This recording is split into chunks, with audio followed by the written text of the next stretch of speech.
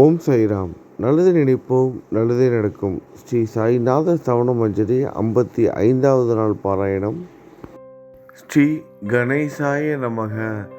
எல்லாவற்றிற்கும் ஆதாரமானவனே, மயூரேச்சவரா, எல்லாவற்றிற்கும் சாட்சியாக விளங்குபவனே, கௌரியின் புதல்வனே, எண்ணங்களுக்கு எல்லாம் அப்பாற்பட்டவனே, பெருத்த வயிறுடையவனே, ஸ்ரீ கணபதியே என்னை காத்தருள்வீர். நீ எல்லா பூதகணங்களுக்கும் முதல்வன், தலைவன். எனவே கணேசன் என அழைக்கப்படுகிறாய். நீ எல்லா சாஸ்திரங்களாலும் ஏற்றுக்கொள்ளப்பட்டவன், புனிதமான முகமுடைய பாலசந்திரன். சாரதே, வாக்கின் தெய்வமே, நீ வார்த்தைகளுக்கு எல்லாம் தலைவி, உலகின் உயிரோட்டத்தின் காரணகர்த்தாவே, நீ படைப்பாளிகளின் இறைவி. நீ எப்போதும் இத்தேசத்தின் அணிகலன், எங்கும் நிறைந்து இருக்கும் எல்லையில்லாத சக்தியே, உலகின் தாயே, உன்னை வணங்குகிறேன். பூரண முழுமையான பரபிரம்மே, மகான்களுக்கு பிரியமானவனே, பண்டரிநாதன் உருவில் வெளிப்பட்ட அவதாரமே, நீ அன்பு கடவுள், எல்லையற்ற கருணை உள்ளம் கொண்டவனே, பாண்டுரங்கா நரஹரி. பொம்மலாட்டக்காரன் தன் கையிலுள்ள கயிற்றால் பொம்மைகளை ஆட்டுவிப்பது போல் பிரபஞ்சம் எங்கும் நிறைந்து நின்று உலகை ஆட்டுவிக்கும் ஒரு பொம்மலாட்டக்காரன்.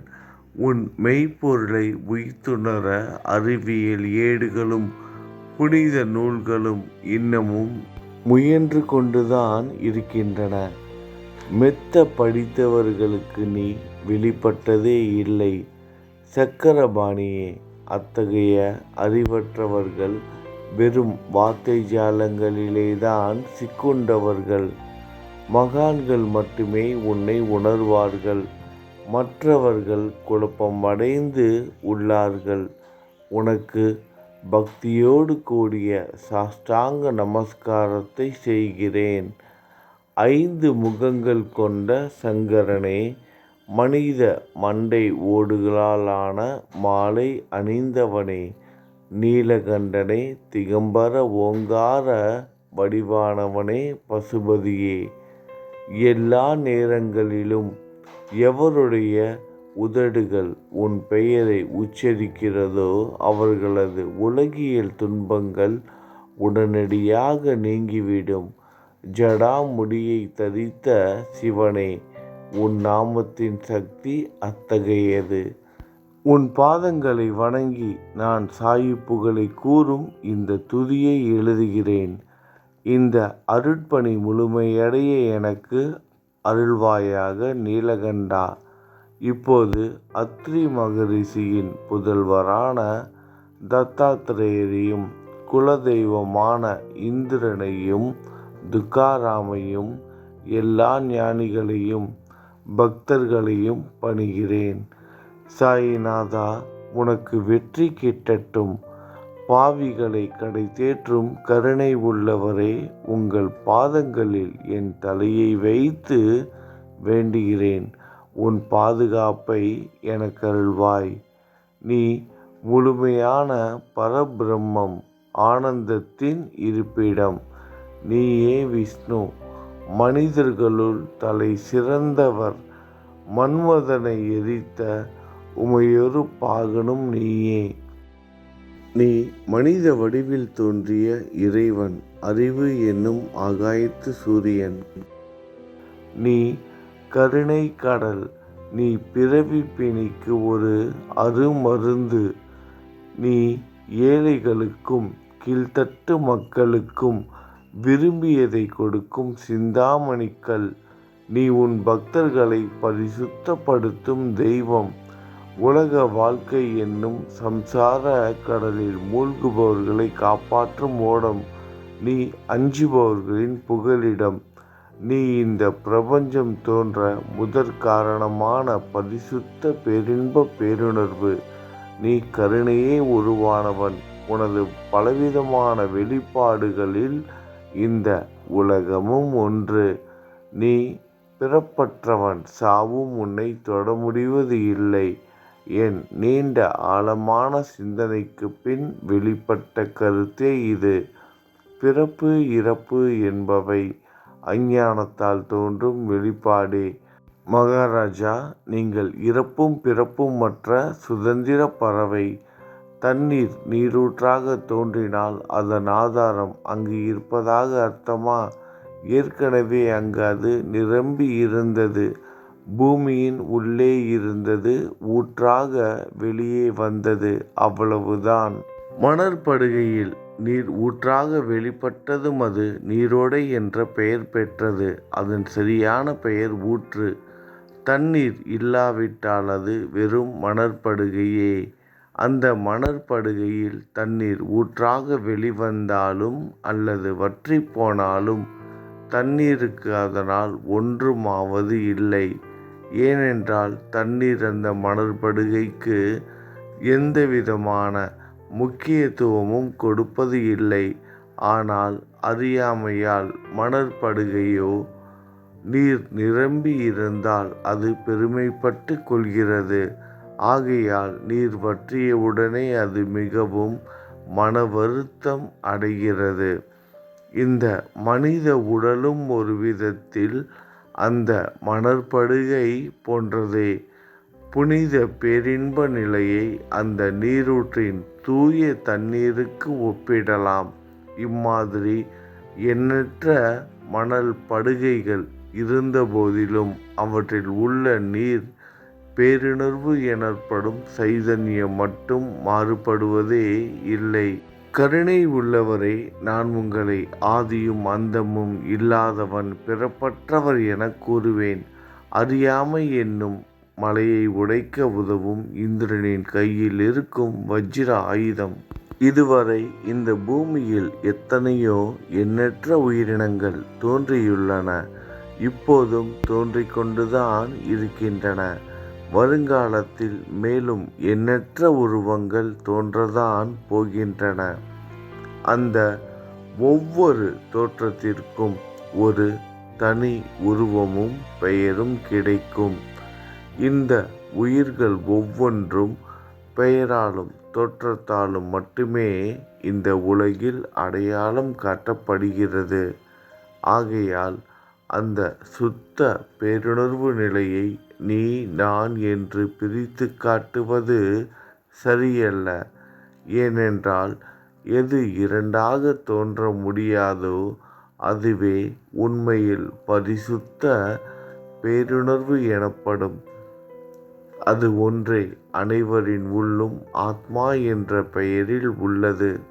மேலும் உண்மையை சொல்வதானால் அந்த ஒரே ஒரு சுத்த பேரின்ப பேருணர்வு நிலைதான் உலகம் முழுவதும் வியாபித்து இருக்கிறது.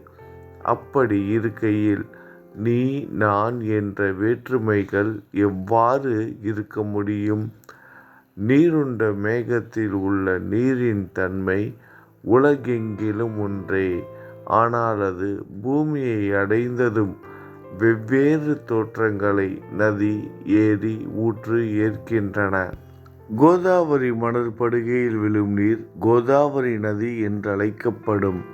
அதே சமயம் கிணறு ஒன்றில் விழும் நீருக்கு அந்த சிறப்பு தகுதி கிடைப்பது இல்லை. கோதாவரி நதி மிகவும் புனிதமானது. நீங்கள் அதில் உள்ள நீரை போன்றவர். நாங்கள் குளம், குட்டை, சகதியில் உள்ள நீர் போன்றவர்கள். நம் இருவருக்கும் இடையே உள்ள வித்தியாசம் இதுதான். எங்கள் வாழ்வின் குறிக்கோளை அடைவதற்கு நாங்கள் உங்களிடம் வர வேண்டும். கூப்பிய கரங்களுடன் சரணடைய வேண்டும். ஏனென்றால் நீங்கள் ஒருவரே புனிதத்தின் உறைவிடம். புனிதமடைந்த கோதாவரி நதி மணற்பரப்பில் மழை நீர் பாயத் தொடங்கும் பொழுது அந்த நீர் புனித தன்மையை அடையும். அதை வெறும் தண்ணீராக மட்டும் கருதினால் அந்த தண்ணீர் தான் எல்லா இடங்களிலும் இருக்கிறதே. கோதாவரி நதி தீரம் முழுவதும் புனிதமாக கருதப்பட்டது. பூமியின் அந்த மணற்பகுதி அதன் புனிதத்தன்மையை நிர்ணயம் செய்கிறது. நீருண்ட மேகத்தினின்று கீழே விழுந்த நீரின் புனிதத்தன்மையை எந்த பூமியின் பகுதி மாற்றவில்லையோ அந்த பகுதியை சாஸ்திரம் அறிந்தவர்கள் கோதாவரி என்று கூறுகிறார்கள். மற்ற பகுதிகளில் விழுந்த நீர் அந்த பகுதியில் உள்ள மண்ணின் குணத்தை ஏற்றுக்கொண்டது, புனிதத்தன்மையை இழந்தது. மேகத்தில் இருந்த பொழுது பரிசுத்தமாக இருந்த நீர் அசுத்தமாகவும் கசப்பாகவும் உப்பாகவும் மாறிவிட்டது. 6 வித உட்பகைகளை அகற்றி காமம், கோபம், பேராசை, வெறுப்பு, அகங்காரம், பொறாமை புனித உடலெடுத்து வந்த குருதேவா தங்களை புனித மகான் என்று அழைப்பதை சாலப் பொருந்தும். ஆகவே நீங்களே புனித கோதாவரி. நீங்கள் புலம் போடப்பட்டதாலேதான் நான் உங்களை புனித கோதாவரியாக உருவகம் செய்கிறேன். இயங்கும் அத்தனை படைப்புகளிலும் நீங்கள் சிறப்புற முதன்மை பெறுகிறீர்கள். பிரம்மா உயிர்களை படைக்க ஆரம்பித்ததிலிருந்தே உலகம் தோன்றியது முதல் கோதாவரி நதி இருக்கிறது. நீர் நிறைந்து பாயும் அந்த நதியில் இன்று வரை தண்ணீர் வற்றியதே இல்லை. ராவணனின் எதிரியான ராமர் கோதாவரி நதியின் கரைக்கு வந்தபோது ஓடிக்கொண்டிருந்த தண்ணீர் இன்று வரை அதே இடத்தில் எப்படி இருக்க முடியும் என்று சற்றே யோசித்து பாருங்கள். கோதாவரி நதியின் மணற்படுகை மட்டும் அதேதான். தண்ணீர் கடலை சென்றடைந்து விட்டது. ஆனால் அந்த கோதாவரி நீர்ப்படுகையுடன் புனிதத்தன்மை மட்டும் என்றுமே மாறாமல் இன்று வரை அப்படியே உள்ளது. ஒவ்வொரு வருடமும் பழைய நீர் வெளியேறி புதிய நீர் அதற்குள் பாய்கிறது. உங்களுக்கு தெரிந்த வாழ்க்கை நீதிதான் அது. ஒரு நூற்றாண்டை ஒரு ஆண்டாக கணக்கிட்டால் அந்த நூற்றாண்டில் தோன்றிய முனிவர்கள் பாயும் நீரை போன்றவர்கள். அவர்களில் மிகப்பெரிய மகான்கள் அந்த நீரில் தோன்றும் அலைகள் போன்றவர்கள். இந்த புனித கோதாவரி நதியில் முந்தைய நூற்றாண்டுகளில் சனதர், சனந்தனர் போன்ற மகான்கள் வெள்ளமாக தோன்றினார்கள். பிறகு நாரதர், தும்ரு, துருவன், பிரகலாதன், மகாபலி சக்கரவர்த்தி, சபரி, அங்கதன், வாயுகுமாரனான அனுமான், விதுரர், கோபர்களும் கோபியர்களும் வெள்ளமாக தோன்றினர். இவ்வாறு இன்று வரை கடந்த நூற்றாண்டுகள் ஒவ்வொன்றிலும் ஒன்றன் பின் ஒன்றாக மகான்களாகிய வெள்ளம் தோன்றியது. சாயிநாதா, இந்த நூற்றாண்டில் புனித கோதாவரி நதியில் சந்தேகத்திற்கு இடமில்லாமல் நீங்கள் வெள்ளமாக பாய்ந்தீர்கள். எனவே உமது தெய்வீகமான பாதங்களை வணங்குகிறேன் மகாராஜா. நான் செய்யும் தவறுகளை உங்கள் கவனத்தில் வைத்து கொள்ள வேண்டாம் என மன்றாடி கேட்டுக்கொள்கிறேன். நான் ஒரு எளியவன், அறியாதவன், தீய குணங்கள் கொண்ட மிகப்பெரிய பாவி. என்னை புறம் தள்ளி விடாதீர்கள், கைவிட்டு விடாதீர்கள். மட்டமான உலோகத்தையும் தங்கமாக மாற்றும் சக்தி கொண்ட ரசவாதக்கல் இரும்பினுடைய இயற்கையான தன்மைகளை பொருட்படுத்துவது இல்லை. கோதாவரி நதி தன்னுள் கலக்கும் சிறு ஓடைகளை திருப்பி அனுப்புவது இல்லை. அநேக தீய குணங்களை என்னுள் கொண்டவன் நான். உங்களது கருணை மிகுந்த பார்வையால் அவற்றை சடுதியில் அழித்து விடுங்கள்.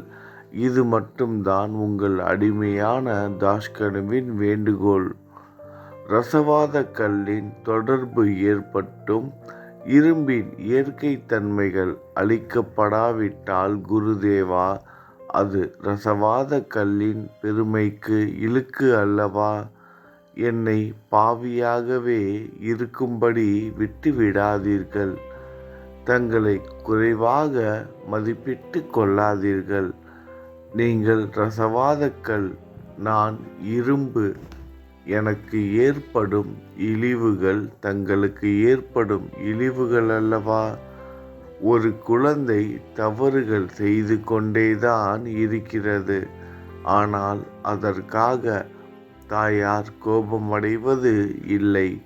இதை தாங்கள் நினைவில் வைத்து கொண்டு எனக்கு உங்கள் அருள் ஆசிகளை தாருங்கள்.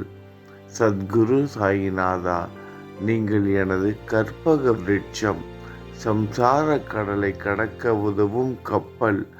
சந்தேகத்திற்கு இடமின்றி நீங்கள் ஒருவர் மட்டுமே என்னை கடை தேற்ற முடியும்.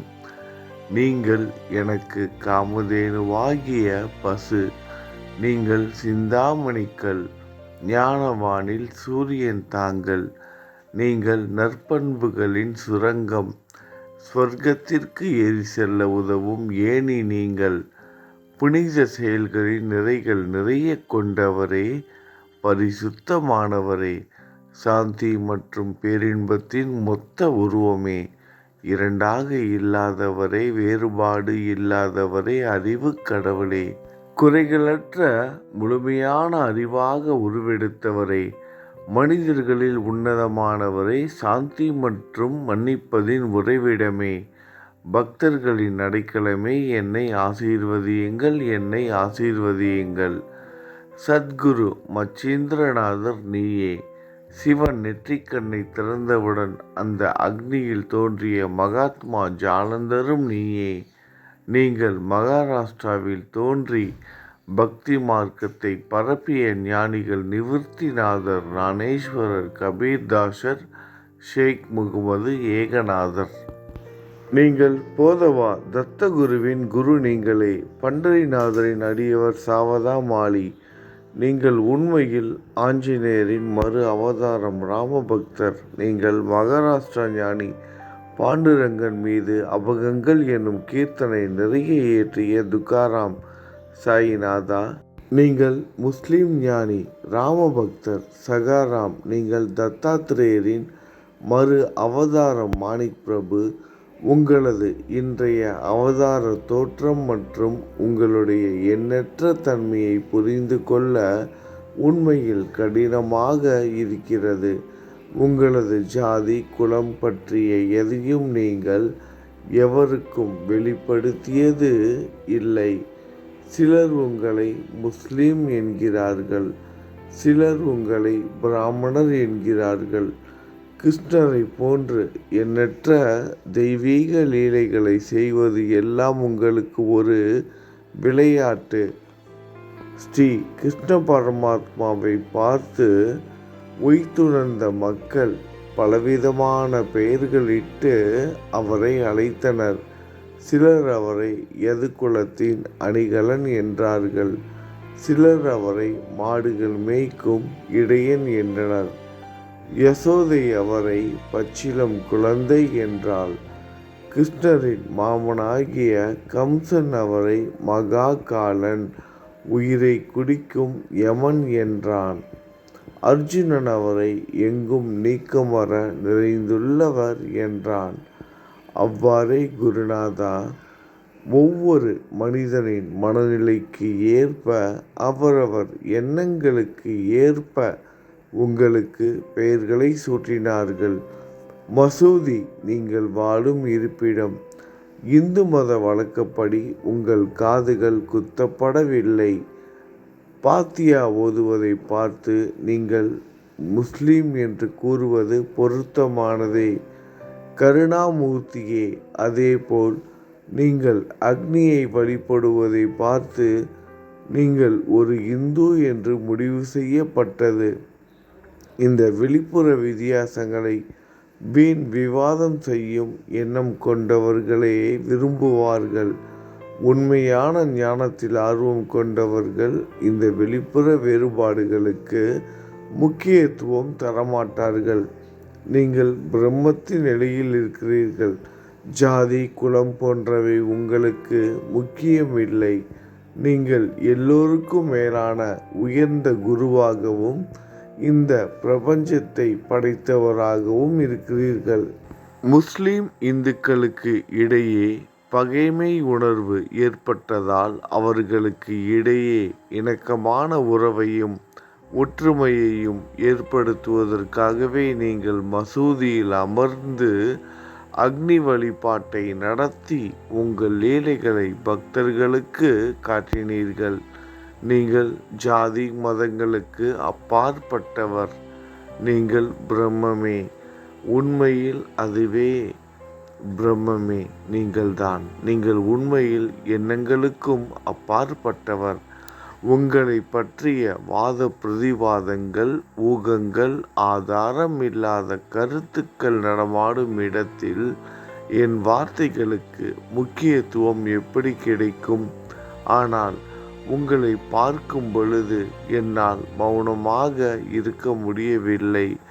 வார்த்தைகளால் போற்றுதலை உலக வழக்கில் உள்ள ஒரே வழக்கம். ஆகையினால் உங்கள் அருளாசியுடன் வார்த்தைகளால் எப்படி எல்லாம் போற்ற முடியுமோ அவ்வண்ணமே போற்றி புகழ்கிறேன். கடவுளின் நிலையை விட மகான்களின் நிலை வேறுபட்டும் மிக உயர்ந்ததாகவும் இருக்கும். மகான்களின் அருகில் நான் எனது போன்ற எண்ணங்களுக்கு இடமே இல்லை. கடவுளை வெறுத்ததால் இரணியகசிபுவும் ராவணனும் கொல்லப்பட்டனர். மகான்கள் கைகளால் இத்தகைய துர்சம்பவங்கள் ஏற்பட்டதே இல்லை. அரசன் கோபிசந்தன் முனிவர் ஜாலந்தரை சாணக்குவியலுக்குள் புதைத்தான். ஆனால் அந்த நிலையிலும் அரசரின் அந்த செயலுக்காக அந்த முனிவர் வருத்தப்படவே இல்லை. அரசரின் அந்த செயலுக்கு நேர்மாறாக அந்த அரசனை சம்சார சூழலிலிருந்து விடுவித்து அவனை முக்தியடைய செய்தார். மகான்களின் சக்தி இப்படிப்பட்டதே. அவற்றை விவரித்து கூற முடியாது. மகான்கள் சூரியனை போன்றவர்கள். அவர்கள் கருணை ஒளிவிட்டு பிரகாசிக்கக்கூடியது. மகான்கள் சந்திரனை போல் இதயத்திற்கு ஆறுதல் கொடுப்பவர்கள். சந்திரனின் ஒளிக்கதிர்கள் போல் அவர்களது அருள் ஒளி வீசும். மகான்கள் இதமளிக்கும் கஸ்தூரி போன்றவர்கள். அவர்கள் அருள் அதன் நறுமணம் போன்றது. மகான்கள் சாறு நிரம்பிய கரும்பு போன்றவர்கள். அவர்களின் அருள் அந்த கரும்பு சாற்றினை போல் இனிப்பானது. நிச்சயமாக மகான்கள் நல்லவர்களிடமும் தீயவர்களிடமும் ஒரே விதமாக நடந்து கொள்கின்றனர். அதற்கு மேலாக பாவிகளிடம் அவர்கள் காட்டும் அன்பு அளவிட முடியாதது. கோதாவரி நதியில் அழுக்கடைந்த துணிகளே சுத்தம் செய்யப்பட வேண்டி வருகின்றன. சுத்தமான துணிகள் கோதாவரி நதியில் நின்று வெகு தூரத்தில் பெட்டியிலேயே தங்கிவிடுகின்றன. பெட்டியில் வைக்கப்பட்டிருந்த அந்த துணியும் ஒருமுறை கோதாவரி மணல் படுகைக்கு நன்றாக துவைப்பதற்காக வந்ததுதான். இந்த உவமையில் பெட்டிதான் வைகுண்டம். நீங்களே கோதாவரி. கோதாவரி நதிக்கரையே நம்பிக்கை. எல்லா உயிரினங்களும் துணிகள். 6 விதமான மனவிகாரங்களே அவைகளை பற்றியுள்ள அழுக்கு. அவை காமம், கோபம், கஞ்சத்தனம், மதம், பொறாமை, மோகம் என்பவையே.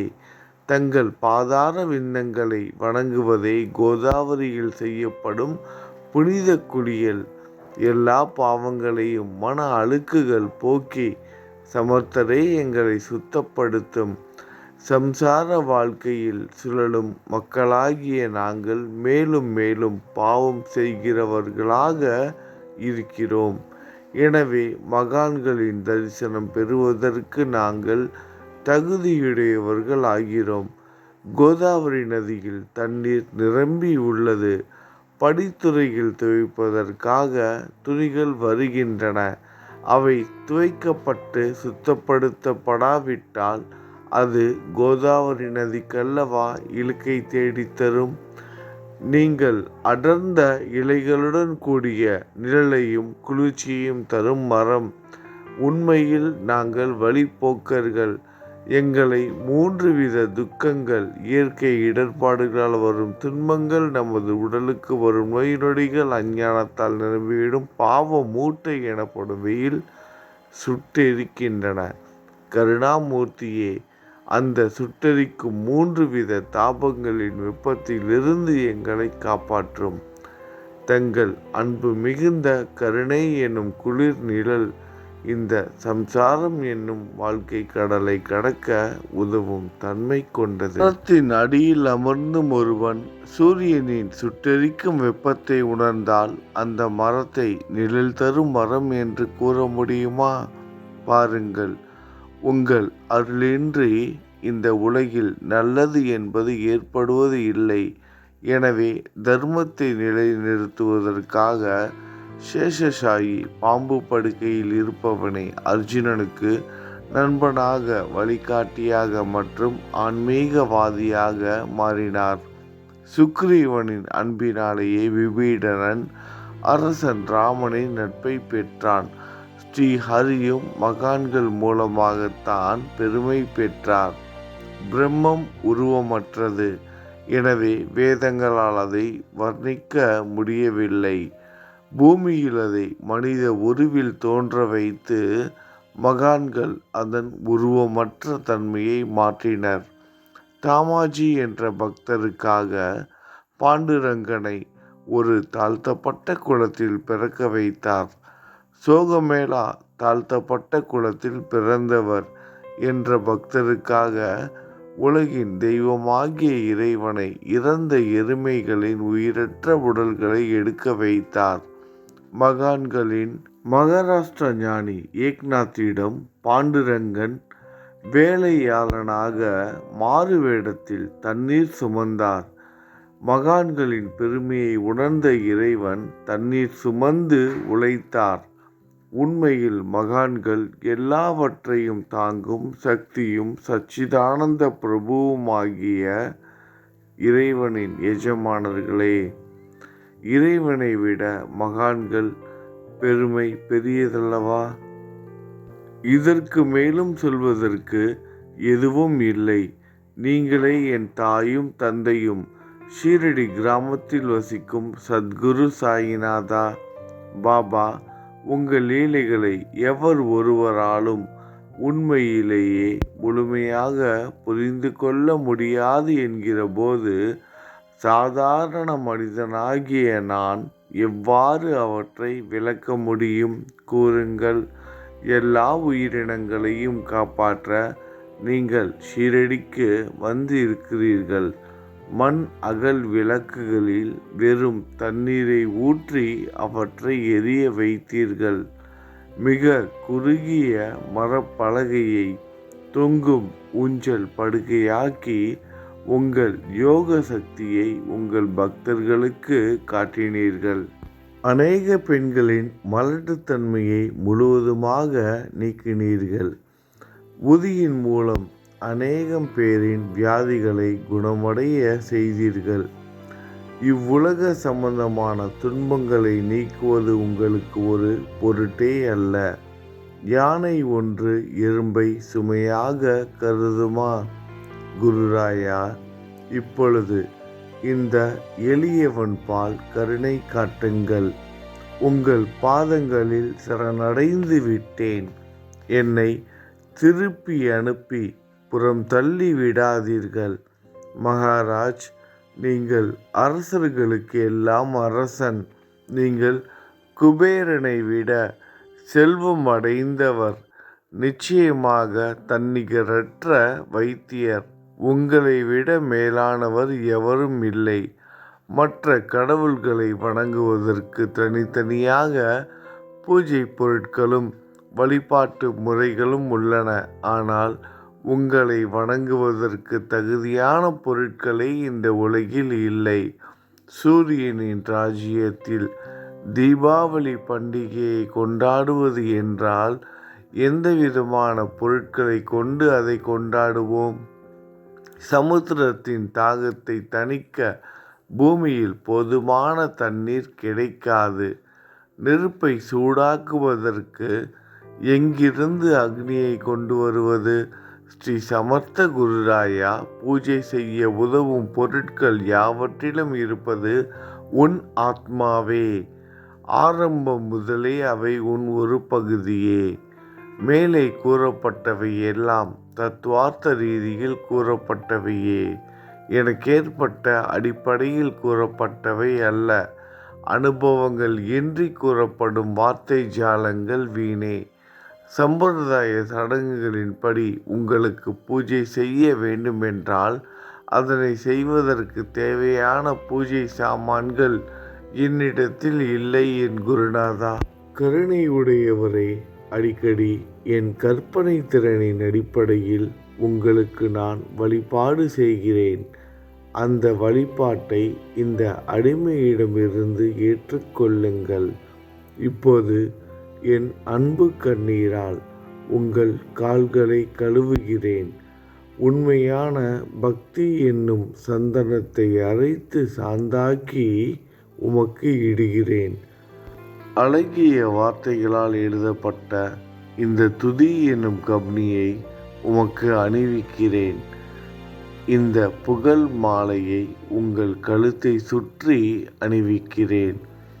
என் கெட்ட குணங்களை தூபமாக்கி உமக்கு முன் எரிய விடுகிறேன். தீய குணங்களின் கூட்டுப்பொருளே ஆனாலும் அது எரியும் போது அதிலிருந்து தீய வாசனை எழுவது இல்லை. சத்குருவுக்கு முன்பு இல்லாமல் வேறு எங்காவது இந்த தூபம் எரியவிடப்பட்டால் அங்கெல்லாம் இந்த தூபத்தின் நிலை கீழே கொடுத்த மாதிரி ஆகும். அதாவது சாம்பிராணியை நெருப்பில் போட்டவுடன் அது பொசுங்கி அதில் உள்ள நல்ல மனம் என்ற நற்குணம் அதை விட்டு மறைந்து போகிறது. சத்குருவே, உமக்கு முன் அதை எரியவிட்டால் இதற்கு மாறாக நிகழ்கிறது. தீய தன்மைகள், அழுக்குகள் அக்னியில் எரிந்து விடுகின்றன. உலகம் பார்த்து சந்தோஷப்படும் வகையில் அதன் நற்குணம் அதிலேயே தங்கிவிடும். மனதில் உள்ள தீய குணங்கள் யாவும் எரிந்த பிறகு மனம் மாசற்றதாகிறது. கங்கையில் உள்ள மாசுக்கள் நீங்கியவுடன் கங்கை புனிதமடைகிறது. மாயை, மோகம் என்ற தீபத்தை உமக்கு முன் ஏற்றி காட்டுகிறேன். அதன் மூலம் என் மனம் வைராக்கியத்தை அடைய அருள் செய்வீராக குருராயா. பரிசுத்தமான நம்பிக்கை என்ற சிம்மாசனத்தை நீங்கள் என்னுள் அமர்வதற்கு ஆசனமாக உமக்கு தருகிறேன். அதை பெற்றுக்கொண்டு என் பக்தி என்ற நைவேத்தியத்தை ஏற்றுக்கொள்ளுங்கொண்டு அதன் சாரத்தை எனக்கு கொடுப்பீராக. ஏனெனில் நான் உமது பால்குடி மாறாத பச்சிளம் குழந்தை. உங்கள் அருட்பாலில் எனக்கு உரிமை உண்டு. என் மனதையே உமக்கு தட்சணையாக கொடுக்கிறேன். ஆகையால் நான் செய்யும் காரியங்கள் யாவற்றிலும் நான் செய்பவன் என்று நான் உரிமை கொண்டாட முடியாது. ஏனென்றால் நினைக்கும் மனதை தான் உமக்கு அர்ப்பணித்து விட்டேனே. இப்பொழுது பணிவுடன் கூடிய பிரார்த்தனையோடு உங்களை சாஷ்டாங்க நமஸ்காரம் செய்கிறேன். தெய்வீக சாயிநாதா, தயவு செய்து நீங்கள் அதை ஏற்றுக்கொள்ளுங்கள். 8 பிரார்த்தனைகள். சாயிநாதா, சாந்தமான மனமுடையவரே, அறிவின் சிகரமே, அன்புள்ளம் கொண்டவரே, கருணை கடலே, உண்மையின் உறைவிடமே, மாயை என்னும் இருளை அகற்றுபவரே, ஜாதி மதங்களுக்கு அப்பாற்பட்ட துறவியே, எங்களின் புரிந்து கொள்ளும் திறமைக்கும் அப்பாற்பட்டவரே, அன்பின் இருப்பிடமே, ஷீரடிநாதா, என்னை காப்பாற்றும். ஞான சூரியனே, ஞானத்தை அளிப்பவரே, எல்லாவித நல்ல செயல்களையும் செய்பவரே, பக்தர்களின் மனங்களில் ஒளிரும் பரமஹம்சரே, தங்களை சரணடைந்தவர்களை காப்பவரே, படைக்கும் தொழில் புரியும் பிரம்மாவே நீங்கள், காக்கும் கடவுள் விஷ்ணுவே நீங்கள், 3 உலகங்களையும் பூவுலகம், சொர்க்கம், நரகம் கடைசியில் லயமடைய செய்யும் ருத்திரனும் சிவன் நீங்களே. நீங்கள் இல்லாத இடமே இந்த பூமியிலேது. எல்லாம் அறிந்த இறைவன் நீங்கள். எங்கள் அனைவரின் இதயங்களிலும் வசிப்பவரும் நீங்களே. எனது எல்லா குற்றங்களையும் மன்னிக்க வேண்டும் என வேண்டி கேட்டுக்கொள்கிறேன். அலை அலைகளாக வரும் சந்தேகங்களையும் மயக்கங்களையும் போக்குவீராக. நீங்கள் பசு, நான் புதிதாக பிறந்த இளம் கன்று. நீங்கள் சந்திரன், நான் சந்திர காந்தக்கல். தங்கள் பாதங்கள் கங்கை நதி. புண்ணியத்தை தருவதால் பணிவுடன் இந்த அடிமை உங்களுக்கு தலை வணங்குகிறேன். உங்கள் கைகளை என் தலைமீது வைத்து ஆசி கூறுங்கள். கவலைகளும் துன்பங்களும் பறந்தோடட்டும். நான் உங்கள் அடிமை. இந்த 8 துதிகளையும் கூறி நான் உங்களை சாஷ்டாங்கமாக நமஸ்கரிக்கிறேன். எனது பாவங்கள், துயரங்கள், ஏழ்மை யாவும் உடனடியாக விலகட்டும். நீங்கள் பசு, நான் இளம் கன்று. நீங்கள் தாய், நான் உங்கள் குழந்தை. என் மீது கடுமை காட்டாதீர்கள்.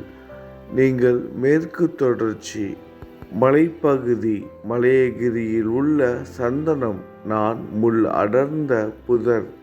நீங்கள் புனிதமான கோதாவரி நீர். நானோ பெரும் பாவி. குருநாதா, உங்கள் தரிசனம் கிடைத்த பிறகும் என்னிடம் உள்ள கெட்ட குணங்கள் என்ற அழுக்கு என் மனதிலேயே தங்கி இருக்குமானால் உங்களை சந்தனம் என்று யார் கூறுவார்கள்? கஸ்தூரியின் அருகாமையில் உள்ள மண்ணும் உயர்வாக போற்றப்படுகிறது. மலரின் தொடர்பினால் தானே அதன் நாரும் தலையில் உயர்ந்த இடத்தை பிடிக்கிறது. மகான்களும் அப்படிப்பட்டவர்களே. அவர்களுடன் தொடர்புடைய எந்த பொருளும் மிகவும் உயர்வாக மதிக்கப்படுகிறது. சிவபெருமான் விபூதி, லங்கோடு, நந்தி ஆகியவற்றை ஏற்றுக்கொண்டதால் 8 திக்குகளிலும் அந்த பொருட்கள் புகழப் பெறுகின்றன. இடையர்களை மகிழ்விப்பதற்காக யமுனை நதிக்கரையில் உள்ள பிருந்தாவனத்தில் உலகிற்கெல்லாம் இறைவன் தகிகாலா உரியடி விளையாட்டு என்ற விளையாட்டை விளையாடினான். அதுவும் அறிவுடையோர் மத்தியில் ஏற்றுக்கொள்ளப்பட்டது. ஆகவே நான் பாவியான போதிலும் உங்கள் சேவையில் ஈடுபட்டு உள்ளேன். குருநாதரே, என் நிலைமையை பற்றி உன் மனதில் எண்ணிப் பாரும். குருநாதா, இந்த லௌகீக உலகிலோ அல்லது ஆன்மீக வழியிலோ எந்த விஷயங்கள் எல்லாம் எனக்கு சந்தோஷத்தை கொடுக்கும் என என் மனம் சந்தேகமில்லாமல் நம்புகிறதோ அவற்றையெல்லாம் நீங்கள் எனக்கு அளித்தருள வேண்டும். உமது கருணையால் இந்த மாதிரி செய்துவிடும். எனது மனதை அடக்கிவிடுங்கள். சமுத்திரங்கள் எல்லாம் தித்திப்பாக மாறினால் பிறகு அவை உப்பு கரிக்குமே என்ற பயம் தோன்றாதே. சமுத்திரத்தை தித்திப்பாக்கும் சக்தி உங்களுக்கு உண்டு. ஆகையால் தான் எனது இந்த வேண்டுகோள். தயவு செய்து இந்த வேண்டுகோளை நிறைவேற்றும். என்னிடம் என்னென்ன குறைகள் உண்டோ அவை அனைத்தும் உங்களுடையதே. ஆத்ம ஞானம் பெற்றவர்களில் முதலிடத்தில் உள்ள உங்களிடம் குறை என்பதை பொருந்தாதே. இப்போது இதற்கு மேலும் நான் ஏன் அதிகம் பேச வேண்டும்? நீங்கள்தான் எனது ஒரே அடைக்கலம். தாயின் இடுப்பில் உள்ள குழந்தை இயல்பாகவே பயமற்று இருக்கும்.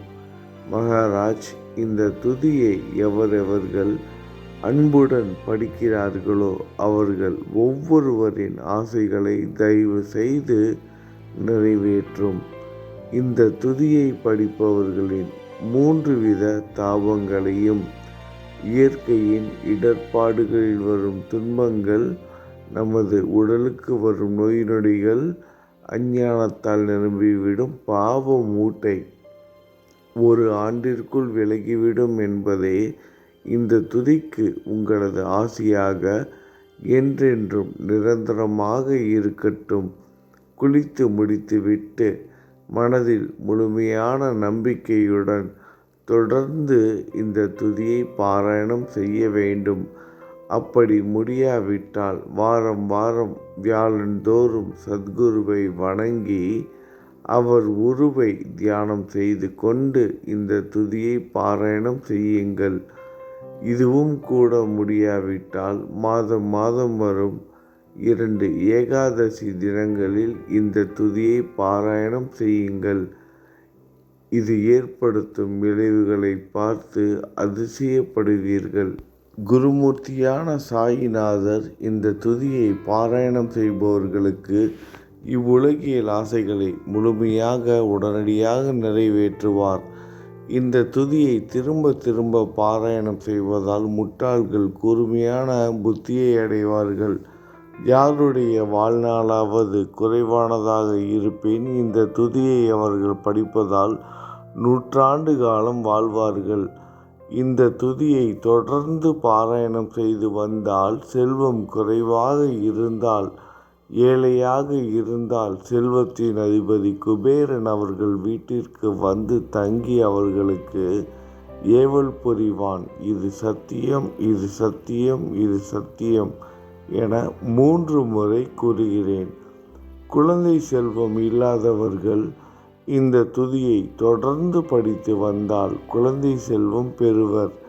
இந்த துதியை படிப்பவர்களின் வியாதிகள் எல்லா பக்கங்களிலும் பறந்தோடிவிடும். வியாதியினின்று குணம் கிடைக்கும். இந்த துதியை திரும்ப திரும்ப படித்தால் பயம் மற்றும் கவலை மறைந்து போகும். மதிப்பும் மரியாதையும் கிடைக்கும். அழிவற்ற பிரம்மத்தை உணர்வார்கள். பிரம்ம ஞானம் கிட்டும். அறிவுடையோரே, இந்த துதியின் மீது உங்கள் இதயங்களில் முழுமையான நம்பிக்கை வையுங்கள். சந்தேகங்கள், நம்பிக்கையின்மை, தவறான எண்ணங்கள் ஆகியவற்றிற்கு கொஞ்சம் கூட மனதில் இடம் கொடுக்காதீர்கள். ஷீரடிக்கு புனித பயணம் மேற்கொள்ளுங்கள். பாபாவின் தாமரை பாதங்களை மனதில் நிறுத்துங்கள். அவர் அனாதைகளின் உறவினர். பக்தர்களின் விருப்பங்களை நிறைவேற்றும் கற்பகத்தரு. பாபாவால் உணர்வூட்டப்பட்டு இந்த துதியை நான் இயற்றினேன். இல்லாவிட்டால் எந்த விதமான முக்கியத்துவமும் இல்லாத என்னால் இந்த துதியை எவ்வாறு எழுத முடியும்? சக ஆண்டு 1840, ஆங்கிலம் ஆண்டு 1918.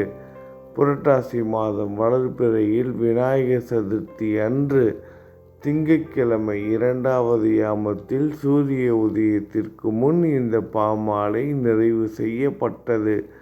புனிதம் வாய்ந்த நர்மதா நதிக்கரையில் இந்தூருக்கு அருகில் உள்ள ஊரான மகேஸ்வர சேத்திரத்தில் ஸ்ரீ அகல்யா தேவியின் சந்நிதியில் ஸ்ரீ சாயிநாதரை போற்றி பாடும் இந்த ஸ்தவன மஞ்சரி நிறைவடைந்தது.